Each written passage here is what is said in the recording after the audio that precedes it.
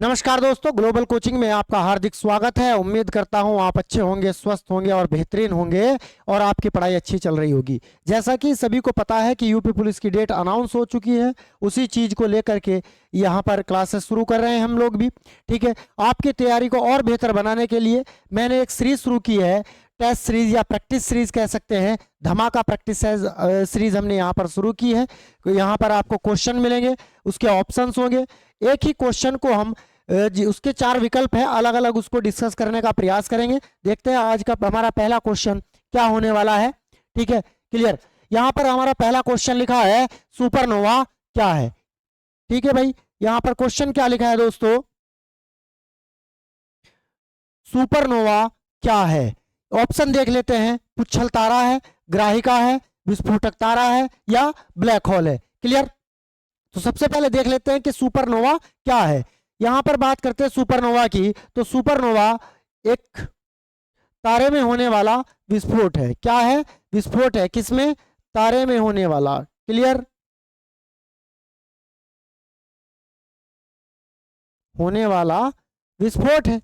अब ये विस्फोट किसी तारे में क्यों होता है, इस चीज पर चर्चा कर लेते हैं। इसे समझिएगा, एक पॉइंट यहां पर समझ लेते हैं। यदि किसी तारे का द्रव्यमान सूर्य के द्रव्यमान से अधिक हो जाए, यदि किसी तारे का द्रव्यमान सूर्य के द्रव्यमान से अधिक हो जाए तो उसमें अचानक से विस्फोट होता है, जिसे क्या कहा जाता है? सुपरनोवा विस्फोट कहा जाता है। अगर हम बात करें सुपरनोवा विस्फोट के बाद शेष केंद्रित तारे के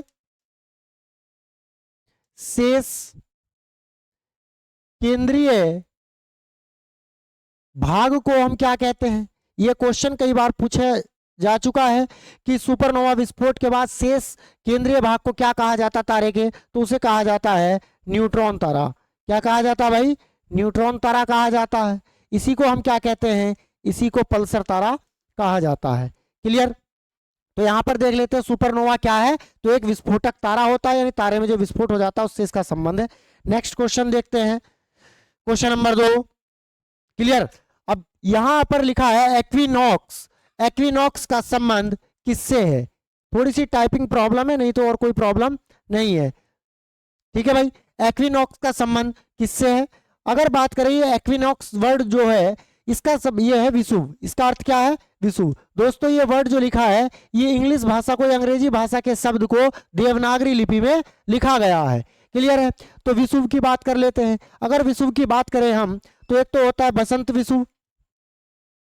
ठीक है भाई, बसंत। दूसरा होता है शरद विषुव। अगर हम उत्तरी गोलार्ध में देखते हैं इस चीज को, तो 21 मार्च की स्थिति है। किसकी स्थिति? 21 मार्च की। और शरद विषुव की बात करते हैं तो 23 सितंबर की स्थिति शरद विषुव की होती है उत्तरी गोलार्ध के संबंध में। अगर हम बात करें दक्षिणी गोलार्ध में, तो दक्षिणी गोलार्ध में ये स्थितियां बदल जाएंगी। क्लियर। अगर हम बात करें यहाँ पर विषुव या एक्विनॉक्स की, तो ये इसका संबंध ये है कि विषुव वह स्थिति है जब दिन और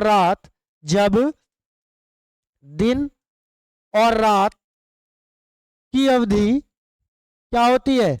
समान होती है। दिन और रात की अवधि समान होती है। कब? विषुव की स्थिति में।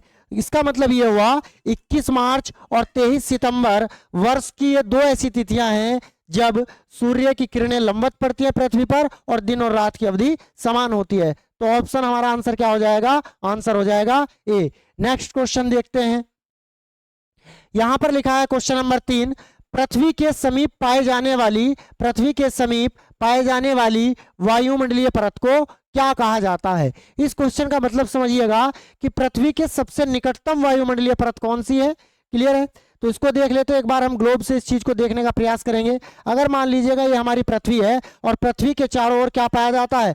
वायुमंडल है। पृथ्वी के चारों ओर क्या है? वायुमंडल है। और वायुमंडल लगभग 5 परतों का मिलकर के बना है। वायुमंडल का संगठन की अगर बात करें, तो अगर पृथ्वी के सबसे निकटतम वाली परत की अगर हम बात करते हैं, तो उसे किस नाम से जाना जाता है? तो उसे जाना जाता है क्षोभ मंडल के नाम से। किस नाम से जाना जाता है? क्षोभ मंडल। अब यहां पर देखते हैं हमारा आंसर क्या होने वाला है। सबसे ऊपर लिखा है आइनोस्फीयर, स्ट्रेटोस्फीयर, ट्रोपोस्फीयर और एक्सोस्फीयर। दोस्तों यहां पर कहीं भी क्षोभ मंडल नहीं लिखा है। वायुमंडल पृथ्वी के समीप पाए जाने वाली वायुमंडलीय परत को क्या कहते हैं? क्षोभ मंडल कहते हैं। लेकिन यहाँ पर क्षोभ मंडल नहीं लिखा है। अब ये क्या है? ये इस जो ये परत है वायुमंडल की, उनका अंग्रेजी नाम लिखा है और ये देवनागरी लिपि में लिखा है। कौन सी? देवनागरी लिपि में। इसको कहते हैं आयन मंडल। क्या कहते हैं इसको? आयनोस्फीयर को आयन मंडल। इसको कहते हैं समताप मंडल। क्लियर बात? समताप मंडल। इसको कहते हैं क्षोभ मंडल। तो हमारा आंसर क्या होने वाला है? हमारा आंसर होने वाला है क्षोभ मंडल या स्ट्रेटोस्फीयर। इसको कहते हैं बाह्य मंडल, यानी हमारे वायुमंडल की सबसे बाह्य परत। क्लियर है भाई? तो आंसर क्या हो जाएगा? आंसर हो जाएगा हमारा सी, ट्रोपोस्फीयर। देखिए एग्जामिनर क्या करेगा, आपको इन्हीं चीजों में को लेकर के फंसाएगा। आपने हिंदी मीडियम के आप स्टूडेंट हो, आपने आयन मंडल, समताप मंडल, यानी कोई भी अगर सब्जेक्ट है, चाहे वो ज्योग्राफी हो, जीएस का, हिस्ट्री हो, पॉलिटी हो या साइंस हो, उसमें क्या है, आप सब हिंदी मीडियम के लोग हैं, आप सीधी सीधी हिंदी पर बात करते हैं, आपकी हिंदी पर पकड़ है, लेकिन वो आपको 2-4 क्वेश्चन इस तरीके के आपके एग्जाम में देगा, जो वर्ड है इंग्लिश को देवनागरी लिपि में लिख देगा, तो आप उसी में कंफ्यूज हो जाएंगे। तो इस तरीके से हमें क्वेश्चन यहाँ पर सेट किए हैं। तो देखते हैं आप लोगों के लिए क्वेश्चन एक ये है कि स्ट्रेटोस्फीयर और ट्रोपोस्फीयर के संक्रमण क्षेत्र को क्या कहते हैं। यानी स्ट्रेटोस्फीयर और ट्रोपोस्फीयर के बीच एक लाइन पाई जाती है, एक रेखा होती है, उसका क्या नाम है या उसे किस नाम से जानते हैं? इसका आंसर आप लोग कमेंट सेक्शन में मुझे बताएंगे। देखते हैं नेक्स्ट क्वेश्चन क्या होने वाला है। यहां पर लिखा है उपोष्ण उच्च वायुदाब के कटिबंधों को, उपोष्ण उच्च वायुदाब के कटिबंधों को किस नाम से जानते हैं? यहां पर ऑप्शन लिखा है roaring 40s, furious 50s, screeching 60s और ऑप्शन डी है हॉर्स लैटिट्यूड। Horse latitude. ठीक है भाई। अब यहां पर देखेंगे हम उपोष्ण उच्च कटिबंध की स्थिति देख लेते हैं ग्लोब पर। ठीक है भाई। अगर हम बात करें, ये हमारा ग्लोब है, ये 0 डिग्री अक्षांश रेखा है, मान लीजिए 0 डिग्री अक्षांश रेखा है, ये इक्वेटर है।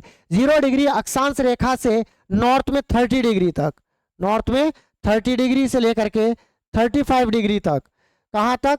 30 से लेकर के 35 डिग्री तक, दोनों गोलार्धों की मैं बात करूं तो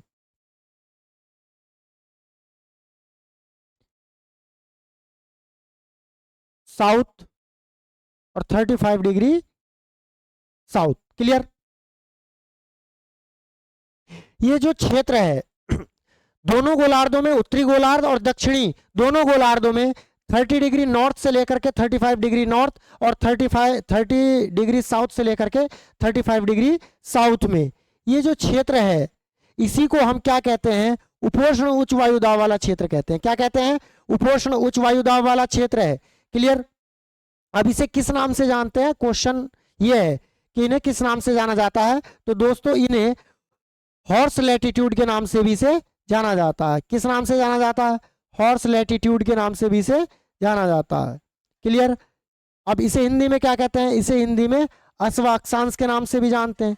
हॉर्स का मतलब अश्व होता है।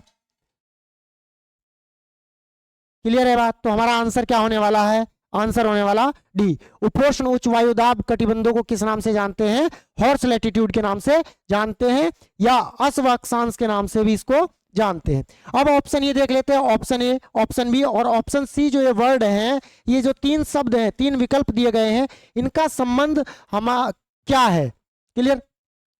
अगर हम बात करते हैं रोरिंग 40s, फ्यूरियस 50s या स्क्रीचिंग 60s की, तो दोस्तों ये एक प्रकार की पवन है। क्या है? ये पवन है और ये पछुआ पवन है। कैसी पवन है? पछुआ पवन है, वेस्टर्लीज है। क्या है भाई? वेस्टर्लीज है, यानी पछुआ पवन है। और ये पछुआ पवन जो है दक्षिणी गोलार्ध में प्रवाहित होती है। कहाँ होती है?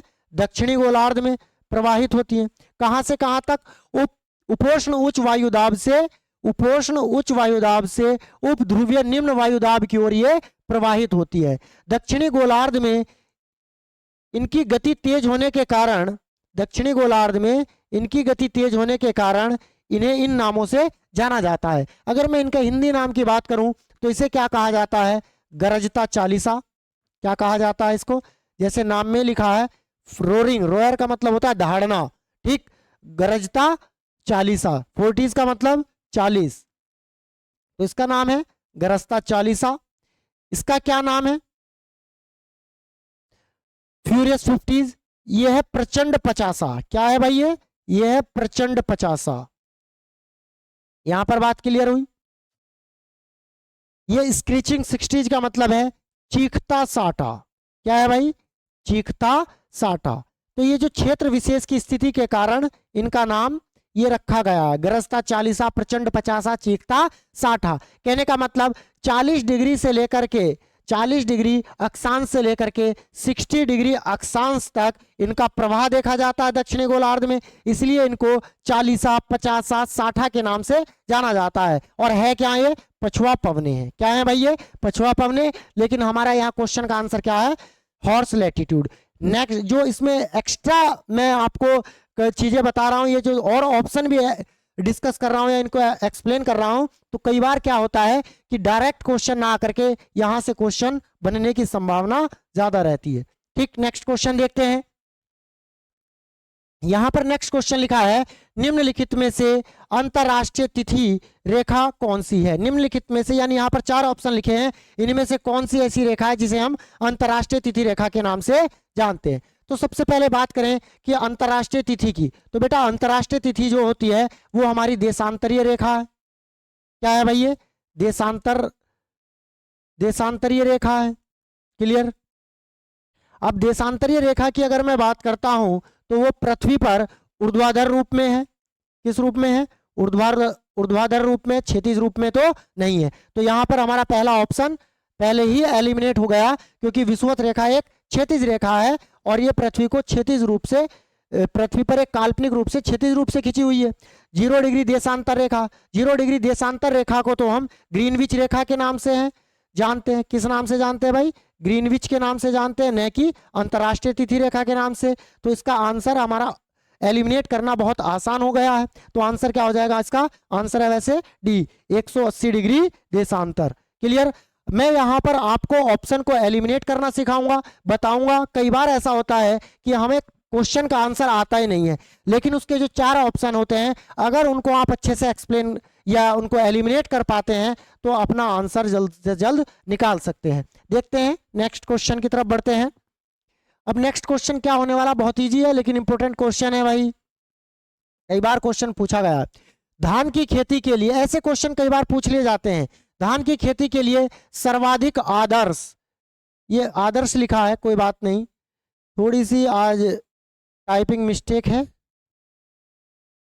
धान की खेती के लिए सर्वाधिक आदर्श मृदा कौन सी है? सर्वाधिक आदर्श मृदा कौन सी है? यहां पर देखते हैं, लैटेराइट मृदा, लाल मृदा, जलोढ़ मिट्टी, काली मिट्टी या ठीक काली मिट्टी। यहां पर अगर हम ऑप्शन की बात करते हैं, विकल्प ए जो है यहां पर लिखा लैटेराइट मृदा, इसकी अगर बात करें हम तो दोस्तों ये जो है विषुवत रेखीय क्षेत्र में पाई जाती है। ठीक, लाल मिट्टी का संबंध धान की खेती से नहीं है। काली मिट्टी में काली मिट्टी जो होती है कपास की खेती के लिए बहुत ही उपजाऊ होती है। तो हमारा आंसर होगा ऑप्शन सी, जलोढ़ मिट्टी धान की खेती के लिए बहुत ही उपजाऊ या सर्वाधिक इसमें आदर्श स्थिति बनती है। किस चीज के लिए? धान की खेती के लिए। नेक्स्ट क्वेश्चन का आंसर देखते हैं। देखिए, पृथ्वी की भूपर्पटी में अधिकतम मात्रा में पाए जाने वाला तत्व कौन सा है? पृथ्वी की भूपर्पटी यानी क्रस्ट की बात कर रहे हैं हम। किसकी बात कर रहे हैं? क्रस्ट की बात कर रहे हैं, यानी पृथ्वी की सबसे ऊपरी परत की बात यहां पर हो रही है। क्लियर? पृथ्वी की सबसे ऊपरी परत में पाए जाने वाला तत्व कौन सा है? Option A aluminium, option B silicon, option C है ऑक्सीजन और ऑप्शन डी है कैल्शियम। यहां पर देखते हैं दोस्तों, हमने लास्ट क्लास में चलो ये तो डिस्कस नहीं किया है लेकिन इसको देख लेते हैं। यहां पर हमारा आंसर होने वाला है सी। क्यों? पृथ्वी की सबसे ऊपरी परत या क्रस्ट में सबसे अधिक मात्रा में यदि कोई तत्व पाया जाता है तो वो ऑक्सीजन है। कौन सा है भाई? वो है ऑक्सीजन। कितना? 46% पृथ्वी की क्रस्ट में ऑक्सीजन तत्व पाया जाता है। इसके बाद आता है सिलिकॉन का नंबर आता है। यहां पर देख लीजिए, ये मैं बना रहा हूं सिलिकॉन, और सिलिकॉन के बाद आता है एल्युमिनियम। ये क्रम भी कभी एग्जाम में पूछ लिया जाता है कभी कभी, और कई बार तो पूछा भी गया है कि ये क्रम जो है पृथ्वी की क्रस्ट में पाए जाने वाले तत्वों का ये जो क्रम है, बढ़ता हुआ क्रम, सबसे अधिक मात्रा में ऑक्सीजन, उसके बाद सिलिकॉन और इसके बाद जो है एल्युमिनियम। कैल्शियम भी पाया जाता है, कैल्शियम बहुत कम मात्रा में पृथ्वी की क्रस्ट में पाया जाता है। आंसर क्या होगा? Oxygen, option C. Next question का आंसर देखते हैं। निम्न में से कौन सी नदी भूमध्य रेखा को 2 बार काटती है? कई बार क्वेश्चन एग्जाम में पूछा गया है, अलग अलग एग्जाम में, यूपी पुलिस, रेलवे, एसएससी वगैरह के एग्जाम में, हर एग्जाम में इस तरीके का क्वेश्चन पूछ लिया जाता है कि ऐसी कौन सी नदी है जो कर्क रेखा को 2 बार काटती है, ऐसी कौन सी नदी है जो मकर रेखा को 2 बार काटती है। लेकिन यहाँ पर भूमध्य रेखा के संदर्भ में क्वेश्चन पूछा गया। देखते हैं ऐसी कौन सी नदी है। कांगो नदी, अमेजन नदी, नाइजर और नील नदी। तो इसका आंसर होगा ऑप्शन ए, कांगो नदी। कांगो नदी जो है ये अफ्रीका में प्रवाहित होती है और अफ्रीका में ये भूमध्य रेखा को 2 बार काटती है। आंसर राइट क्या हो जाएगा? कांगो नदी। यहां पर अमेजन नदी की बात की गई है, तो अमेजन नदी विश्व की सबसे बड़ी नदी है, विश्व की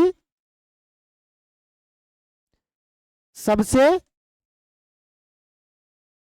बड़ी नदी है। क्लियर? प्रवाहित कहां होती है? दक्षिण अमेरिका में। कहां? दक्षिण अमेरिका में प्रवाहित होती है। इसका प्रवाह क्षेत्र दक्षिण अमेरिका में ज्यादा है। ठीक है। अमेजन वनों को विश्व के फेफड़ों के नाम से भी जाना जाता है। यहां पर नील नदी की बात करें तो विश्व की सबसे लंबी नदी है, विश्व की सबसे लंबी नदी है। क्लियर? तो ये एक्स्ट्रा के जो पॉइंट हैं ये भी बहुत इंपॉर्टेंट हो सकते हैं।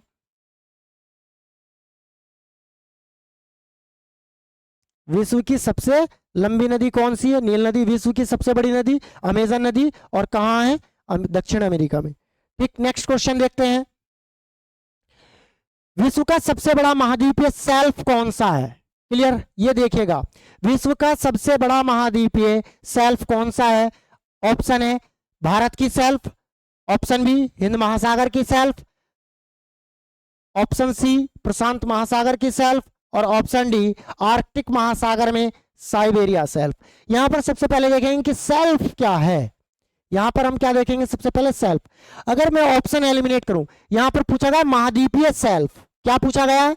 महाद्वीपीय शेल्फ की बात की गई है। तो यहां पर हमारे 2 ऑप्शन पहले ही एलिमिनेट हो जाते हैं। हिंद महासागरीय शेल्फ, ये तो महासागर की बात की गई है, न कि महाद्वीप की। यहां पर प्रशांत महासागर की शेल्फ, पहले ही 2 ऑप्शन बाहर हो चुके हैं, एलिमिनेट हो चुके हैं। अब बचा भारत की शेल्फ, और भारत एक उपमहाद्वीप है, और आर्कटिक महासागर में साइबेरिया। साइबेरिया रूस का क्षेत्र है, तो ये भी महाद्वीपीय का, महाद्वीप का ही हिस्सा है साइबेरिया। क्लियर? अब बात कर लेते हैं शेल्फ क्या चीज होती है। तो दोस्तों शेल्फ क्या है? शेल्फ किसी महाद्वीप का, किसी भी महाद्वीप का किनारा होता है। किनारा, किसी भी महाद्वीप का वह किनारा होता है जो किसी महासागर के नीचे या महासागर के नीचे चला जाता है। ठीक है, यानी उसके ऊपर जल स्तर आ जाता है। ठीक, तो इसका आंसर हो जाएगा डी। आंसर क्या होगा? डी, आर्कटिक महासागर में साइबेरिया की शेल्फ। इसका मतलब ये रूस का क्षेत्र है, साइबेरिया वाला क्षेत्र है, तो आर्कटिक महासागर में नीचे की ओर थोड़ा सा हिस्सा, उसका किनारा पानी में जलमग्न हो चुका है, जिसको क्या कहा गया है? विश्व का सबसे बड़ा महाद्वीपीय शेल्फ कौन सा है? तो विश्व का सबसे बड़ा महाद्वीपीय शेल्फ रूस के साइबेरिया की शेल्फ है, और आर्कटिक महासागर में। क्लियर? नेक्स्ट क्वेश्चन देखते हैं इसका आंसर। नेक्स्ट क्वेश्चन है क्वेश्चन नंबर 10। निम्नलिखित में से किस महासागर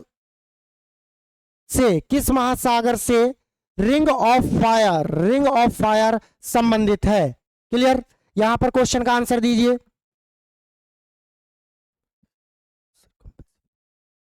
ठीक है भाई, यहां पर देख लेते हैं निम्नलिखित में से किस महासागर से रिंग ऑफ फायर संबंधित है? अटलांटिक महासागर, प्रशांत महासागर, हिंद महासागर और आर्कटिक महासागर। सबसे पहले देख लेते हैं रिंग ऑफ फायर क्या है। रिंग ऑफ फायर एक क्षेत्र, ऐसा एक ऐसा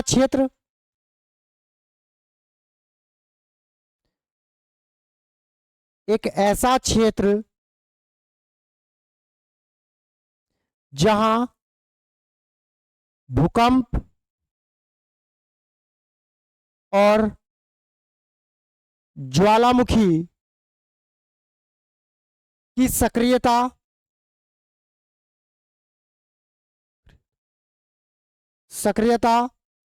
सर्वाधिक होती है, वो क्या है? रिंग ऑफ फायर की संज्ञा उसे दी जाती है। और सबसे अधिक भूकंप और ज्वालामुखी किस महासागर में आते हैं? आपको सबको पता है, आंसर हो जाएगा बी, प्रशांत महासागर। रिंग ऑफ फायर का संबंध किससे है? प्रशांत महासागर में है। प्रशांत महासागर एक में रिंग ऑफ फायर है, इसका मतलब इसके अंदर या प्रशांत महासागर में भूकंप और ज्वालामुखी की जो क्रिया है, एक्टिविटी है, अन्य किसी महासागरों से सबसे अधिक है। इसको सरकम पैसिफिक बेल्ट के नाम से भी जाना जाता है। किस नाम से जाना जाता है? रिंग ऑफ फायर को एक नाम और दिया जाता है, इसको रिंग ऑफ फायर, सरकम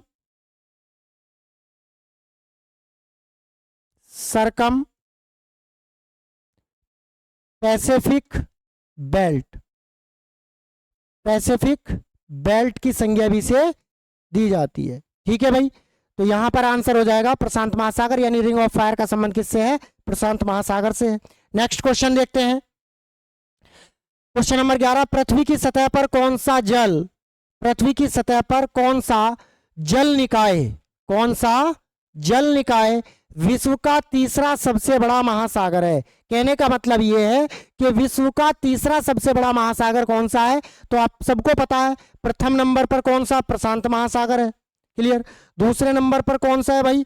अटलांटिक महासागर है, ऑप्शन में नहीं है। लेकिन तीसरे नंबर पर कौन सा महासागर है? हिंद महासागर है। कौन सा है तीसरे नंबर पर? हिंद महासागर। आंसर क्या हो जाएगा? हिंद महासागर। सबसे बड़ा, विश्व का सबसे बड़ा महासागर प्रशांत महासागर, और विश्व की सबसे गहरी खाई मैरियाना ट्रेंच इसी में स्थित है। मैरियाना ट्रेंच कहाँ है? इसी में है, क्लियर। हिंद महासागर की मैं बात करता हूं तो सुंडा ट्रेंच या जावा ट्रेंच इसकी सबसे बड़ी खाई है, क्लियर।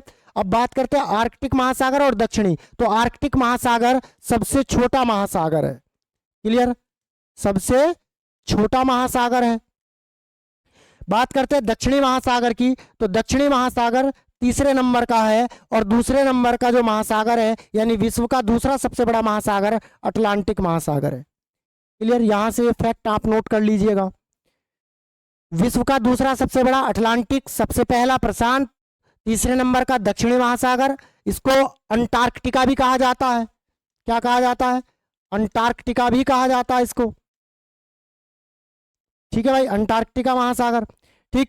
और सबसे लास्ट का सबसे छोटा आर्कटिक। नेक्स्ट क्वेश्चन देखते हैं।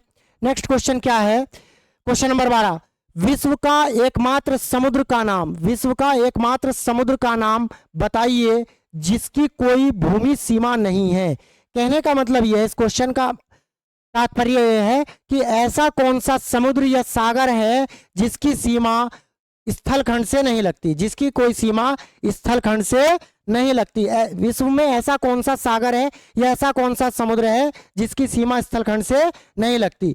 ऑप्शन देख लेते हैं, सार्गेसो सागर, पिकोरा सागर, अमुंडसेन सागर और इरोइस सागर। तो इसका आंसर है सार्गेसो सागर। आंसर क्या है? सार्गेसो सागर। दोस्तों ये अटलांटिक महासागर में स्थित है। कहाँ है? अटलांटिक महासागर में है ये सागर, और इसकी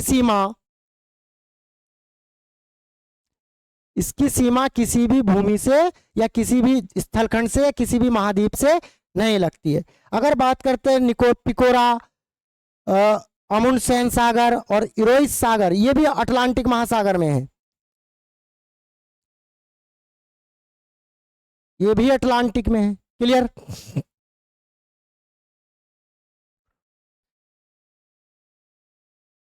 यहां पर देख लेते हैं पिकोरा सागर की अगर बात करते हैं तो पिकोरा सागर रूस में है। कहां भाई? पिकोरा सागर रूस में है, कोई बात नहीं, ठीक। नेक्स्ट क्वेश्चन देखते हैं।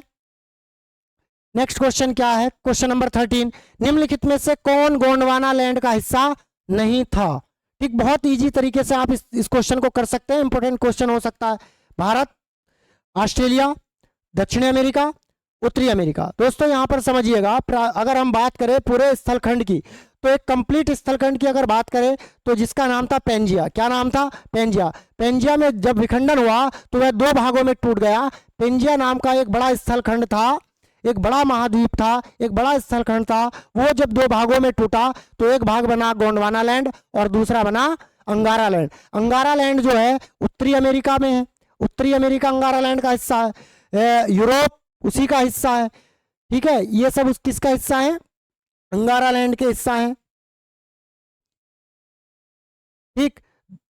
तो यहां पर देखना है गोंडवाना लैंड का हिस्सा नहीं था, तो भारत गोंडवाना लैंड का हिस्सा है। क्लियर। ऑस्ट्रेलिया गोंडवाना, जितने भी दक्षिणी महाद्वीप हैं, जितने भी दक्षिणी महाद्वीप हैं वो सब गोंडवाना लैंड के हिस्सा हैं। जैसे दक्षिण अमेरिका, ऑस्ट्रेलिया, भारत का दक्षिणी हिस्सा गोंडवाना लैंड का हिस्सा है। क्लियर। तो यहां पर ए बी सी हमारे आंसर नहीं होंगे। उत्तरी अमेरिका अंगारा लैंड का हिस्सा है जो कि एक पेंजिया का भाग था, तो आंसर क्या हो जाएगा? आंसर हो जाएगा डी, उत्तर अमेरिका अंगारा लैंड का हिस्सा नहीं था। ठीक है भाई, नेक्स्ट क्वेश्चन देखते हैं। भारत को कितने भूकंपीय क्षेत्रों में विभाजित किया गया है? भारत को कितने भूकंप क्षेत्रों में विभाजित किया गया है? इसका आंसर हो जाएगा 4, ऑप्शन बी। मैं आपको बता दूं, अगर भारत के भूकंपीय क्षेत्र की बात करें तो भारत को 4 भूकंपीय क्षेत्र में विभाजित किया गया है। ठीक है भाई, कौन कौन से? सेकंड, थर्ड, फोर्थ और फिफ्थ। अगर कहीं सबसे कम भूकंप यहां आते हैं सेकंड जोन में, इसको जोन में डिवाइड किया गया है, zone first, zone second, zone third, ये इस तरीके से। क्लियर। यहां पर सबसे कम भूकंप आते हैं, यानी सक्रियता भूकंप की कम, सबसे कम भूकंप आते हैं। यहां पर सबसे अधिक भूकंप आते हैं। ठीक है भाई, तो क्वेश्चन क्या है कि भारत को कितने भूकंपीय क्षेत्र में विभाजित किया गया है? 4 में। नेक्स्ट क्वेश्चन देखते हैं। यहां पर क्वेश्चन नंबर 15, स्थल, जल एवं वायु के बीच के संपर्क क्षेत्र को क्या कहा जाता है जहां जीवन की आदर्श स्थिति होती है? यह कह रहा है कि एक ऐसा स्थान, एक ऐसा क्षेत्र जहां पर वायु भी हो, जल भी हो और क्या हो? स्थल भी हो, जहां पर ये तीनों स्थितियां आपस में मिलती हो और जीवन के लिए आदर्श स्थितियां बनाती हो, तो उस क्षेत्र को क्या कहते हैं? देखते हैं। मान लीजिएगा ये स्थलखंड है,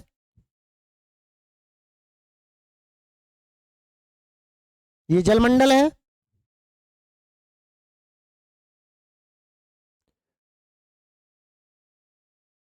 ये वायुमंडल है। ठीक, ये स्थल, ये जल और ये वायु।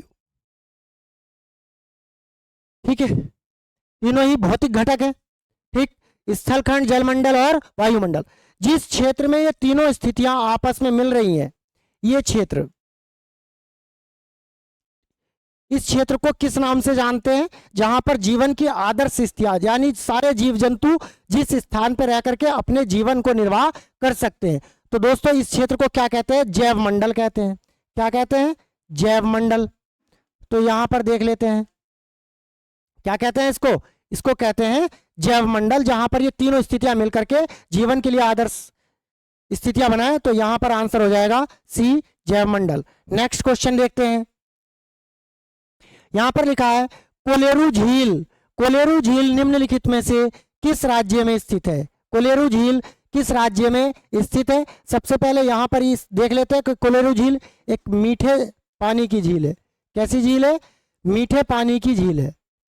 क्लियर। और कहाँ है? ये फैक्चुअल क्वेश्चन है, एकदम फैक्चुअल है, और ये आंध्र प्रदेश में। कहाँ है? आंध्र प्रदेश में। इस तरीके के क्वेश्चन यूपी पुलिस में बहुत कई बार पूछे गए हैं। आप देख सकते हैं, अगर प्रैक्टिस सेट पिछले सालों के अगर ये मॉक टेस्ट देखोगे या पिछले सालों के जो सेट हैं, एग्जाम कराए गए हैं यूपी पुलिस का, तो उनमें इस तरीके के क्वेश्चन फैक्चुअल ज्यादा होते हैं। नेक्स्ट क्वेश्चन देखते हैं। जय हिंद पुल भारत के किस राज्य में स्थित है? बहुत ही अच्छा क्वेश्चन ये है। जय हिंद ब्रिज, जय हिंद ब्रिज या जय हिंद पुल भारत के किस राज्य में? फैक्चुअल क्वेश्चन है। ऑप्शन है Kolkata, option B Hyderabad, option C Mumbai और ऑप्शन डी चेन्नई। अगर हम जय हिंद पुल की बात करें तो ये जय हिंद पुल जो है कोलकाता में है। कहां पर है? कोलकाता में है। इसका आंसर क्या हो जाएगा? कोलकाता। क्लियर। ये पहला एक कोई पुल था सुभाष चंद्र बोस की 125वीं जयंती पर, इसका नाम जय हिंद पुल या जय हिंद ब्रिज रखा गया था। तो जय हिंद पुल भारत के किस राज्य में है? वेस्ट बंगाल में है।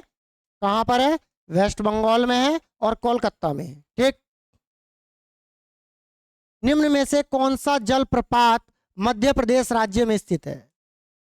मध्य प्रदेश, यहां पर लिखा है मध्य प्रदेश राज्य में स्थित है?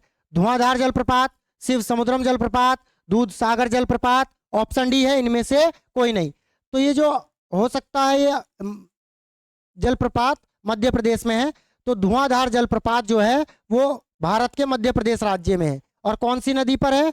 नर्मदा नदी पर है। कौन सी नदी पर? नर्मदा नदी पर। अगर हम बात करते हैं शिव समुद्रम जलप्रपात की, तो ये कहाँ पर है? ये शायद कर्नाटक राज्य में। कहाँ पर है?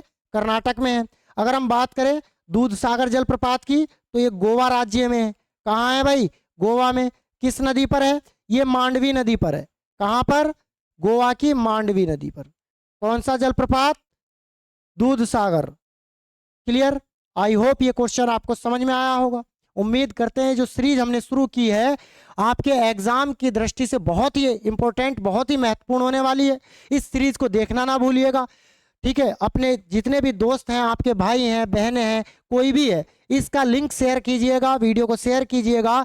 अगर आप चाहते हैं कि इस तरीके की वीडियो मैं प्रतिदिन लेकर के आऊँ, डेली लेकर के आऊँ, तो चैनल को सब्सक्राइब कीजिए, आपके पास इसका डेली नोटिफिकेशन आएगा। हम जीएस की कॉन्सेप्ट विद फैक्ट वाली क्लास भी चलाएंगे, वो सप्ताह में चलेगी। लेकिन ये क्लास जो है हम कोशिश करेंगे डे बाय डे स्टूडेंट को मिले। इस क्लास का बहुत ही इंपॉर्टेंट ये क्लास हो सकती है। क्वेश्चन नंबर 19 देखते हैं। निम्नलिखित में से कौन सी खारे पानी की झील है? यहाँ पर 4 झील दी गई होंगी, पेंगोंगसो, कोलेरू, लोकटक। अभी हमने देखा है कि कोलेरू तो मीठे पानी की झील है, तो ये तो इसका आंसर नहीं होने वाला। अभी देखा है लोकटक मणिपुर में है, ये भी उत्तर पूर्वी भारत की मीठे पानी की झील है। कहाँ है ये? मणिपुर में है। क्लियर? नैनीताल उत्तराखंड में, आप जानते ही हैं। तो आंसर क्या होगा? पेंगोंगसो झील। पेंगोंगसो झील एक अपने आप में खारे पानी की झील है और भारत के लद्दाख राज्य में। कहाँ पर? लद्दाख में। क्लियर? लद्दाख क्या है? एक केंद्र शासित राज्य है। क्या है लद्दाख? केंद्र शासित राज्य में पेंगोंगसो झील स्थित है। और कैसी है? खारे पानी की झील है। नेक्स्ट क्वेश्चन देखते हैं, लास्ट क्वेश्चन है हमारा, क्वेश्चन नंबर 20। किस खनिज को दफन धूप के नाम से जाना जाता है? यह शब्द बड़ा इंपॉर्टेंट है।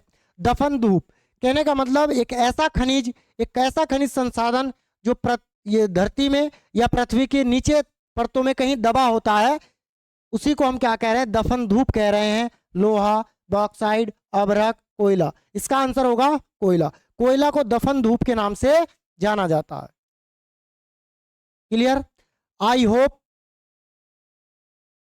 ये जो क्लास हमने शुरू की है या जो हम पढ़ा रहे हैं, एक एक ऑप्शन को डिस्कस कर रहे हैं, क्वेश्चन को लेकर के आ रहे हैं, आप उम्मीद करता हूं आपको पसंद आई होगी, अच्छी होगी। इसके नोट्स साथ के साथ बनाइएगा। धन्यवाद।